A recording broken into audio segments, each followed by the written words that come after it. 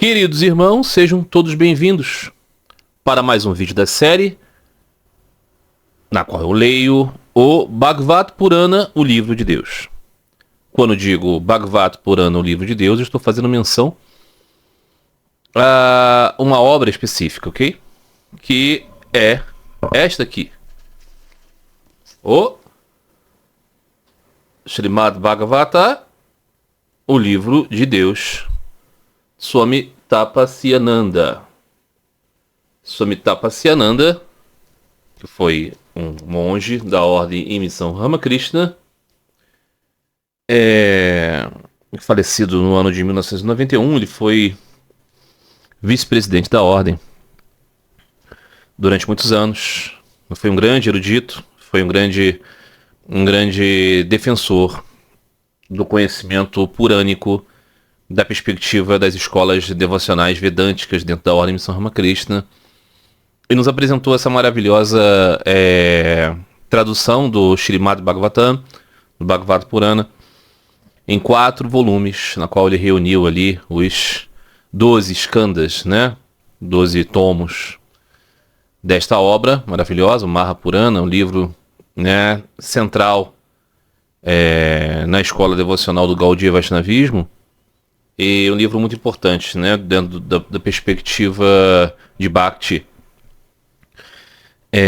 Aqui no Ocidente, como eu digo, né, ele se tornou mais conhecido, teve a sua primeira tradução através do Swami Bhaktivedanta Swami, o representante do movimento conhecido como Hare Krishna, né, que nos anos 60 e 70 do século passado introduziu, né, vários livros, várias traduções de livros da cultura Gaudiya Vaishnava, e ele trouxe, né, a tradução do Srimad Bhagavatam. Ele traduziu pessoalmente 10 dos 12 cantos, ou 9 dos 12 cantos. Ele faleceu e os seus discípulos continuaram o trabalho com os cantos finais. Mas ele já tinha feito um livro chamado O Livro de Krishna, que é, na verdade, uma apresentação do 10º skanda, né? O skanda principal, aquele que trata da vida de Sri Krishna no Bhagavad Purana, que é um livro de glorificação de Sri Krishna, fundamentalmente. Claro que ele trata dos vários avataras de Vishnu, mas o ponto de vista do Bhagavad Purana é de que Krishna é a mais excelente dessas manifestações. Então é por isso que Chaitanya Mahaprabhu indicava o livro principal da sua escola, o Srimad Bhagavatam, e não o Bhagavad Gita, como muitas pessoas podem acabar achando que é, né? Então, eu, como já disse aqui incontáveis vezes, né, sempre tive muito interesse, né, em trazer uma alternativa à tradução que o Swami Bhaktivedanta Swami trouxe, para apresentar um outro ponto de vista, né, uma outra orientação. E quando fiquei sabendo da existência, né, do livro escrito pelo Swami Tapasyananda, eu fiquei muito encantado e desejoso de um dia trazer para cá essa leitura. E assim, pela bondade de Deus, encontrei em um sebo em Belo Horizonte os 4 volumes por um preço extremamente acessível. E acabei adquirindo e utilizo, né, esta versão para fazer essa apresentação. E tenho feito assim, né, com muita calma.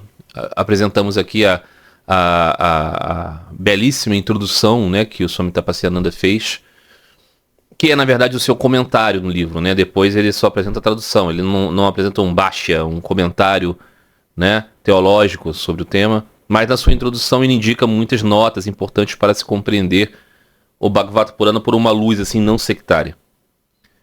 Então nós estamos aqui com muita calma. Hoje nós vamos finalizar o quarto capítulo do primeiro skanda, do primeiro canto, como se diz também.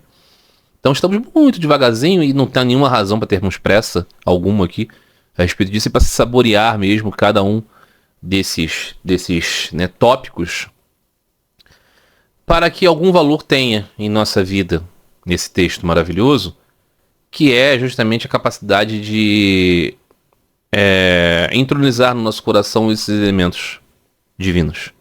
Então hoje aqui nós vamos ter os versos 1 até 33 deste quarto volume, desse quarto capítulo, perdão, do primeiro Skanda, que é o quê? É um início de uma descrição a respeito sobre Vyasadeva, o autor do Śrīmad Bhagavatam, o autor do Mahabharata, o autor dos Vedas. Porque no último capítulo dessa série, nós estávamos falando que o rei Pariksit, um rei que descobriu que iria morrer em poucos dias, se aproxima de um sábio, que era Sukadeva Goswami, filho de Vyasadeva, para receber o conteúdo mais importante, aquilo que ele deveria se concentrar nos momentos finais de sua vida. E então, Sukadeva narrou para ele o Śrīmad Bhagavatam. Hoje nós vamos aqui ter os sábios reunidos ali na floresta, perguntando a Suta quem era exatamente, né? Na verdade, por qual razão o rei decidiu, né? Desejou esses atos, né? Próximo de sua morte, como ele sabia que ia morrer, o que exatamente Sukadeva o instruiu, né?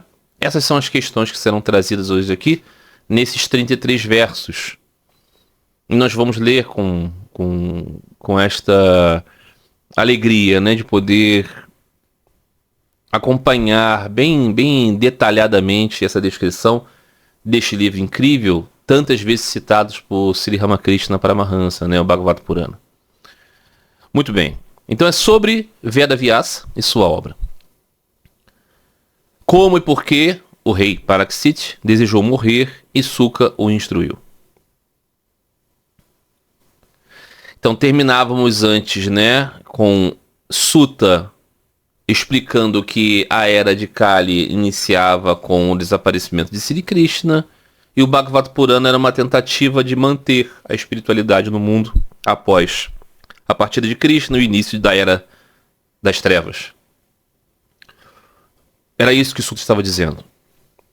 Então, felicitando a Suta, que dizia isso, Saunaka, um grande rishi que era o mestre do Rig Veda, e que era o líder daquela congregação sacrificial, disse o seguinte: ó grande Suta, narra para nós aquele texto sagrado, o Bhagavata, que o sagrado Sukadeva lá atrás revelou. A que se refere o tema principal do Bhagavata, não é?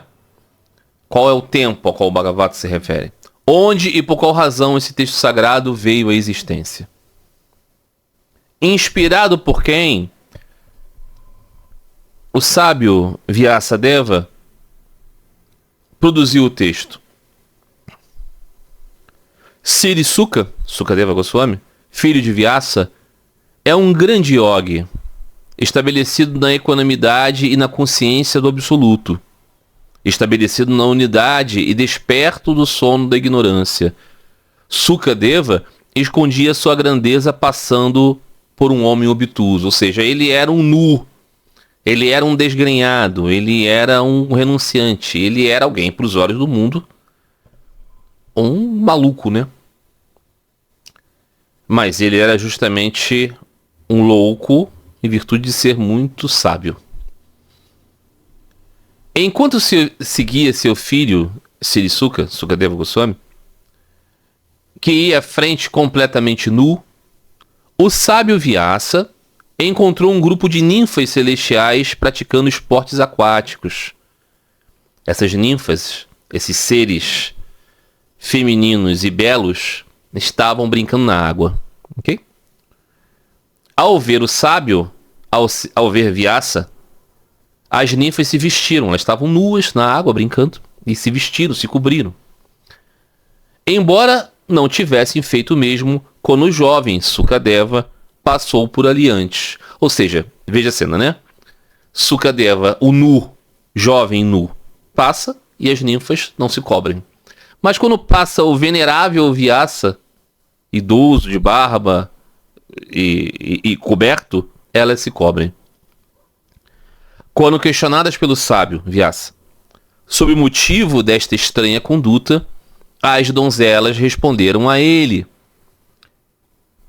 que ele, Vyasa, ainda mantinha o senso de diferença entre o homem e mulher, mas não o seu filho, Sukadeva Goswami, que era dotado da absoluta pureza de perspectiva decorrente da percepção de ver o mesmo Atman em tudo. Ou seja, a ideia aqui é que não há nenhuma dúvida sobre Vyasa ser extremamente santo e puro, não é? Ele é a encarnação literária de Deus, não é? Ele é aquela parcela de Vishnu vindo para escrever os Vedas. Mas ainda assim ele tinha um olhar mais convencional em relação à diferença entre homem e mulher, né? Enquanto Sukadeva estava num outro nível de pureza. E por isso as ninfas perceberam que nele não existia nenhum tipo de pudor a se manter.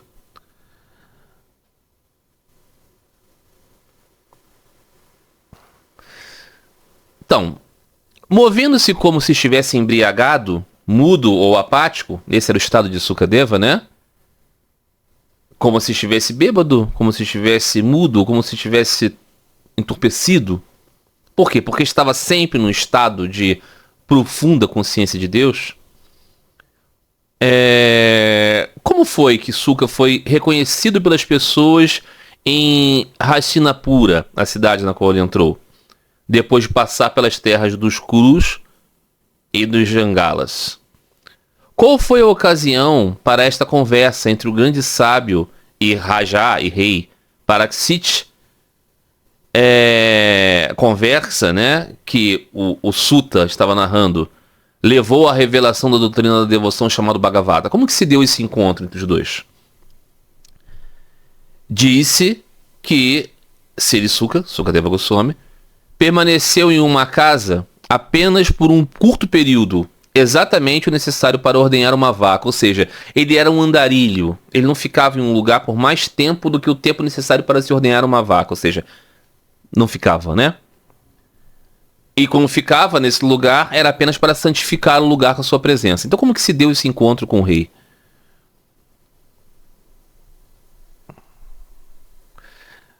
Aí o sábio ainda diz: ó querido, ouvimos dizer que Pariksit, filho de Abhimanyu, era um homem de extrema devoção ao Senhor. Portanto, gostaríamos de ouvir sobre as circunstâncias incomuns que acompanharam o seu nascimento e suas grandes realizações da vida. Sendo um imperador, por que este descendente do clã Pandava abandonou todo o poder e majestade de um vasto império e fez o voto de jejuar até a morte às margens do Ganges? Ele, a cujos pés até mesmo seus inimigos se abrigavam com toda a sua riqueza, porque um rei tão jovem, tão poderoso, pensou em abandonar todas as coisas boas do mundo, e até mesmo a própria vida, tão cara aos homens. Os devotos do Senhor, de nobre fama, vivem nesse mundo não para o seu próprio bem, mas para o bem e prosperidade do mundo. Sendo assim, por que um jovem devoto do tipo Pariksit, mesmo que estivesse cheio de espírito de renúncia, pensou em abandonar seu corpo, que era um suporte e um abrigo para todos os mundos? Por favor, dê respostas adequadas. Porque o ponto é o seguinte: o rei Pariksit era um rei, não apenas um rei de um reino qualquer, ele era uma espécie de imperador do mundo, ok? E ele abandona o seu reino e vai para a floresta para morrer. Para jejuar e morrer e esperar a morte. Qual foi a razão disso ter acontecido? Como isso se deu com uma alma tão alta, tão nobre? O Bhagavata Purana vai explicar a história de Pariksit e falar como aconteceu, né, esse evento. Dele saber que ia morrer, dele ser amaldiçoado e de como ele procurou Sukadeva. Essas descrições vão ser colocadas no Bhagavata Purana, então eu não vou me adiantar aqui. Por favor, dê respostas adequadas, pedem os sábios. E eles dizem, o Saunaka está falando aqui, né, em nome de todos os sábios que estão esperando de Sutta a explicação. Sobre todos os assuntos sobre os quais questionamos, consideramos profundamente versado e, portanto, superior a nós, em todos os ramos do conhecimento, exceto aquele relacionado aos Vedas. Ou seja, aqui, né, aquela nota, as pessoas estão buscando um professor porque reconhecem nele qualificação. Toda vez que você for procurar alguém para perguntar alguma coisa no que diz respeito ao sentido espiritual, você deve fazer isso com a humildade de quem está querendo aprender. Se você já tem, você não busca, né? Isso é muito comum de se ver, né? As pessoas acham que são aspirantes espirituais, mas elas não admitem aprender nada. Elas já sabem tudo. Mas estão sempre querendo ler, estão sempre querendo conhecer, estão sempre querendo adquirir mais coisas, livros e associações, mas elas nunca se reconhecem como desprovidas de conhecimento perante alguém. A outra pessoa é no máximo um igual, nunca superior. E com essa disposição, você não pode acolher nada, né? Existe aquela velha brincadeira, né, de um mestre que estava recebendo alunos e tinha um dos alunos que nunca deixava o mestre ensinar nada. Quando o mestre ensinava alguma coisa, ele dizia: ah, eu sei, é assim, eu também penso assim. E isso aconteceu várias vezes durante as várias manifestações do mestre, indicaram um ensinamento e esse rapaz antecipava ele, completava e dizia que já sabia. No final daquela reunião, eles foram tomar um chá e o mestre foi distribuir chá para os alunos. E quando foi colocar para esse, ele colocou a caneca inteira, só que ele não parava de colocar, não é? Chá naquela caneca, naquela xícara, e o aluno dizia: não, eu já estou. Você está transbordando essa caneca, você já colocou o suficiente. E o mestre disse para ele: é assim. Você vê como é que é inábil? Se você já tem uma xícara cheia, por qual razão eu vou continuar colocando chá, não é verdade? Não seria estúpido? Da mesma forma, se você já tem conhecimento, como que você busca receber algum? Então, para que você receba algum conhecimento, você tem que ter a sua xícara um pouco vazia, né? Então você tem que saber que você aprende com alguém. Então aqueles sábios todos eram rishis, estavam reunidos humildemente para aprender alguma coisa com um outro. Não é que eles não fossem dotados de algum conhecimento, não, eles eram sábios, mas eles queriam um conhecimento novo. E para isso eles precisavam de alguém qualificado. Então, eles estão dizendo: nós reconhecemos em você qualificação. Se você quer aprender alguma coisa com alguém, o primeiro passo é você entender que essa pessoa pode ensinar. Senão, não vale a pena essa associação, não é? Muito bem. A reedição dos Vedas por Veda Vyasa e a composição dos Puranas. Então, esse é o subtítulo. Suta, então, disse: perto do fim da Dwapara Yuga, considerado o terceiro entre os 4 yugas, nasceu Maharishi Veda Vyasa, uma encarnação de uma parte de Vishnu como filho de Parasara com a filha do pescador Vasu, conhecida como Satyavati. Ou seja, perto do fim de uma era, a terceira de 4 eras, veio ao mundo o Maharishi, o grande Rishi, o grande sábio Vyasa. O que Vyasa é? Vyasa é uma encarnação parcial de Vishnu. Ou seja, ele é um avatara? É um avatara, mas é um avatara de um tipo parcial. É como se você tivesse na grande parafernália do Senhor. O Senhor não tem uma concha, não tem um disco, não tem um lótus, não tem uma massa.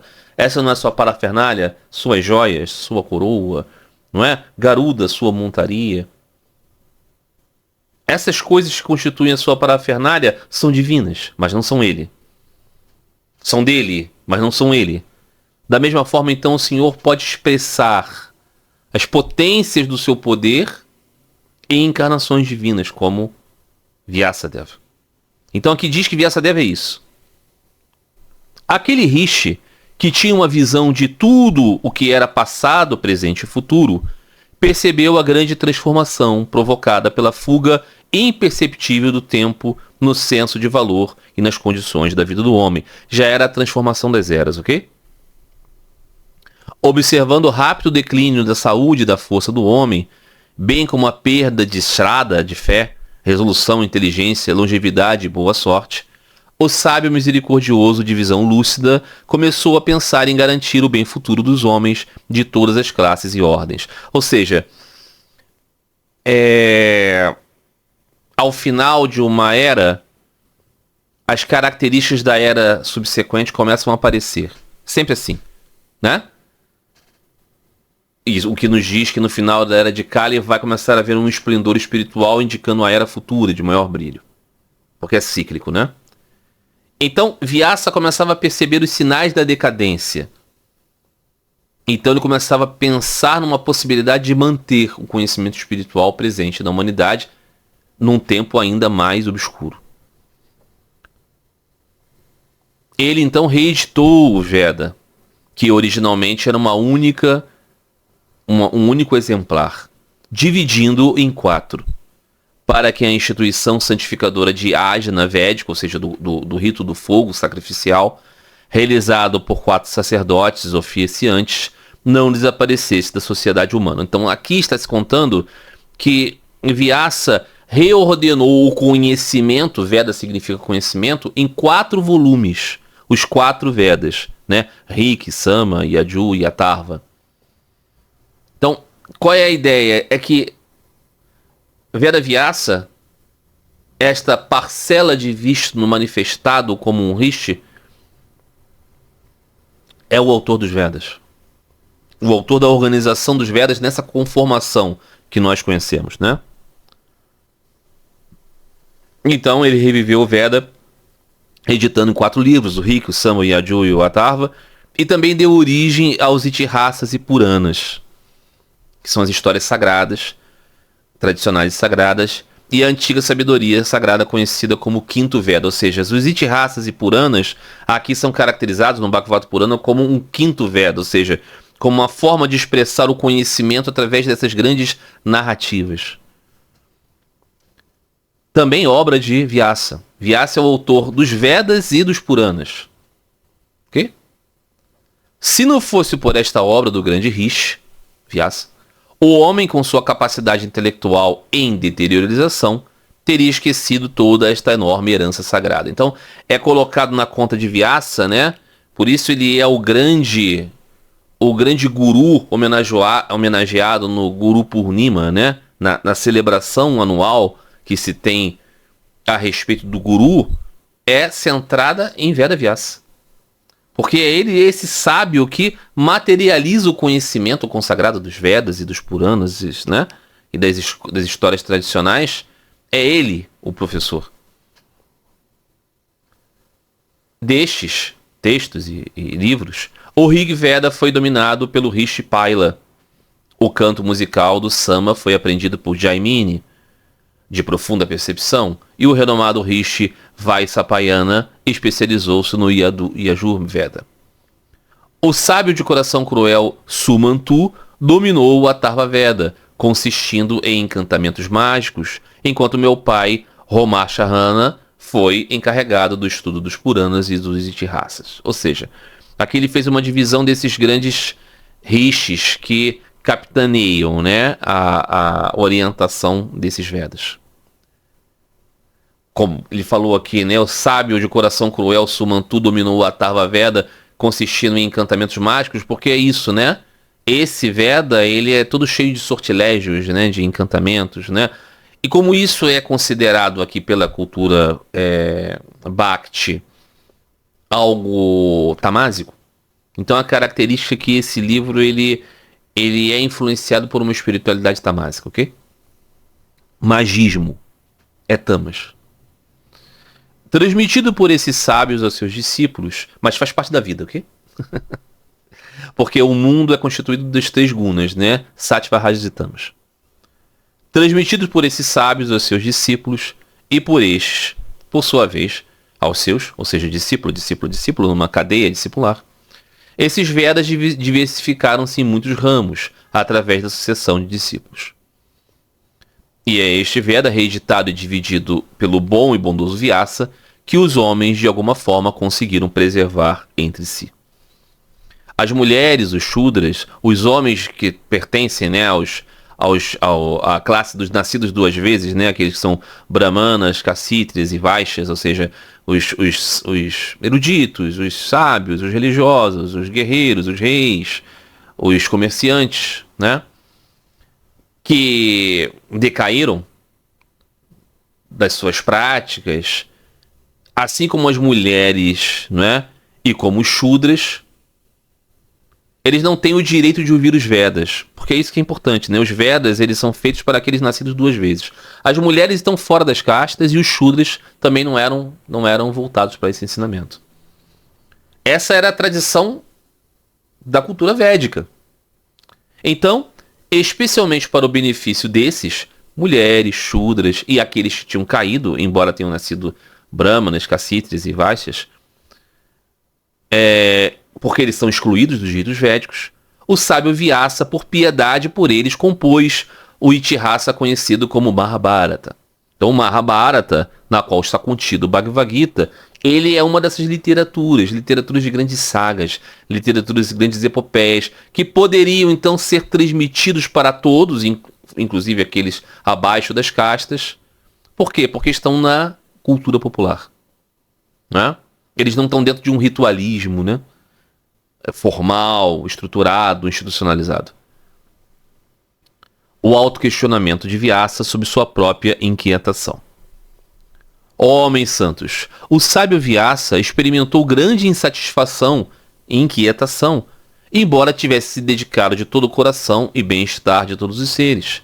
Assim, com o coração aflito, aquele sábio versado em conhecimento sagrado estava um dia sentado em um local isolado às margens sagradas do rio Sarasvati e cogitava consigo o seguinte: observando todos os votos e com absoluta sinceridade, dediquei meu estudo védico ao serviço dos mestres e à adoração dos fogos sagrados. Sob a forma do Mahabharata, também disponibilizei as pessoas impedidas de estudar o caminho védico mais formal, né? Que não têm o direito de ouvir o conhecimento dos Vedas, né? E saber que o objetivo da vida, aqueles purushastas, né?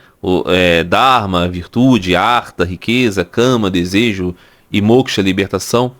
Ainda assim, ai de mim, eu que sou considerado grande e perfeito entre aqueles dotados de brilho e do refinamento espiritual, ou seja, Maharishi, né? Mararishi, aquele que é grande entre os rishis, não consigo sentir esse enriquecimento e alegria de espírito. Será que não fiz uma exposição adequada das leis da divina vida, ou seja, o Bhagavad Dharma, o Dharma do Senhor, né? Tão caras aos Paramahansas, homens da mais alta iluminação, quanto ao Ser Supremo, o Asyuta, Krishna? Ou seja, veja que engraçado. Vyasadeva, ele é o autor dos Vedas, ele é uma encarnação literária de Vishnu, ele tinha conhecimento do presente, do passado e do futuro, ele era considerado grande entre os grandes, e ainda assim ele sofreu com inquietação, porque ele não sentia gozo espiritual, mesmo que ele tivesse realizado todas as escrituras. Ele compôs aquilo que é reconhecido como conhecimento espiritual e ainda assim ele não tinha gozo. Como? Então ele especula, será que eu falhei em ter transmitido a essência do conhecimento espiritual, aquilo que, aí ele diz, os Paramahansas mais valorizam? Quem são os Paramahansas? Sempre digo, né? Sou um devoto de Sri Ramakrishna Paramahansa. O que é um Paramahansa? Paramahansa é aquele que está além das hierarquizações, além dessas definições, além dos compromissos institucionais e estruturais, é aquele que vive já completamente conectado ao Supremo. Paramahansa porque é o grande cisne, né? O cisne, mitologicamente falando, é aquele animal que consegue separar o leite da água. Vocês lembram dessa parábola de Sri Ramakrishna, né? Para que o leite da nossa mente não se misture com a água da mundanidade, precisamos transformar o leite da nossa mente em coalhada e depois manteiga, para que flutue na água e não se misture. Ou seja, não se misture, porque uma vez que misturado leite e água, você não consegue mais separar quem é um quem é o outro, não é mais puro. Mas o Paramahansa é aquele que consegue separar a água do leite, porque está além da possibilidade de corrupção. Então aqui, Vyasa está dizendo, aquele conhecimento que os Paramahansas valorizam, né? O Bhagavata Dharma, será que eu ignorei isso? Que é tão caro ao Ser Supremo? Enquanto meditava nisso, chegou o sábio Narada ao eremitério de Vyasa, que estava tomado pela tristeza devido a uma sensação de insatisfação com a sua missão de vida. Veja, quando você percebe que Vyasadeva está em um sentimento lamurioso em virtude de não saber se cumpriu bem a sua missão de vida, você percebe como é dura a vida no mundo, né? O que será de nós, né? Então, nesse momento, quem o visita? Narada. Narada Muni. Este grande sábio, que é conhecido por ser quem? O grande devoto de Vishnu. Sabendo que o hóspede recém-chegado não era outro senão o sábio Narada, adorado até mesmo pelos devas, Vyasa levantou-se imediatamente e o recebeu com um devido decoro. E aqui terminamos essa leitura, o verso 33, completamos o 4º capítulo desse primeiro skanda. É claro que no próximo vamos aqui, se Deus nos permitir ler, contemplar o que Narada, então, contou para Vyasa, que tornou ele mais tranquilo, será? E que tem a ver com o início da constituição do Bhagavata Purana. Estamos nessa jornada, né? Como Vyasa nos deu o Bhagavata Purana. Será que tem a ver com essa história com Narada? Certamente que sim. Depois nós vamos saber, né, como que o rei Parikshit soube que ia morrer, o que o motivou a procurar o rei, enfim, toda essa maravilhosa história que tem como objetivo nos conduzir para esse elemento muito claro, né, que Swami Tapasyananda colocou no início da introdução desta leitura. Essas descrições, que nós podemos considerar assim mitos, elas são todas elas profundamente arraigadas de verdades espirituais eternas. Ainda que você não acredite que tal pessoa andou em tal lugar e fez tal coisa e viveu tantos anos e conversou isso ou aquilo, o conteúdo dessas conversas, o conteúdo dessa história, ele é profundamente veraz. Ele é eterno. Ele é essencialmente a verdade. E é nisso que devemos nos concentrar. Claro que ganha mais força quando você consegue visualizar esses personagens vivos na sua mente. Por isso que o Sri Ramakrishna dizia, nunca leia assim, isso aqui é uma historinha. Não. Claro, atente-se ao espírito da coisa. Mas você ganha mais proximidade quando você acolhe as figuras vivas de Vyasadeva, de Parikshit, de Sukadeva, de Narada, não é? E nisso você ganha aquele entusiasmo profundo para aprofundar-se nesse conteúdo divino. É isso, meus amigos. No próximo episódio vamos continuar então com essa leitura. Eu espero que vocês estejam gostando. Aqueles que quiserem realmente aproveitar desse conteúdo devem ouvir e ler, né, junto comigo os relatos anteriores do Bhagavata Purana, o livro de Deus, tradução de Tapasyananda Ji, a qual sempre prestamos homenagem aqui. E ouvir os comentários anteriores também, que certamente vai manter a gente numa mesma página. Tá legal, meus amigos? Então é isso. Um grande abraço a todos vocês. Até a próxima oportunidade. Fiquem todos em paz. Fiquem todos com Deus.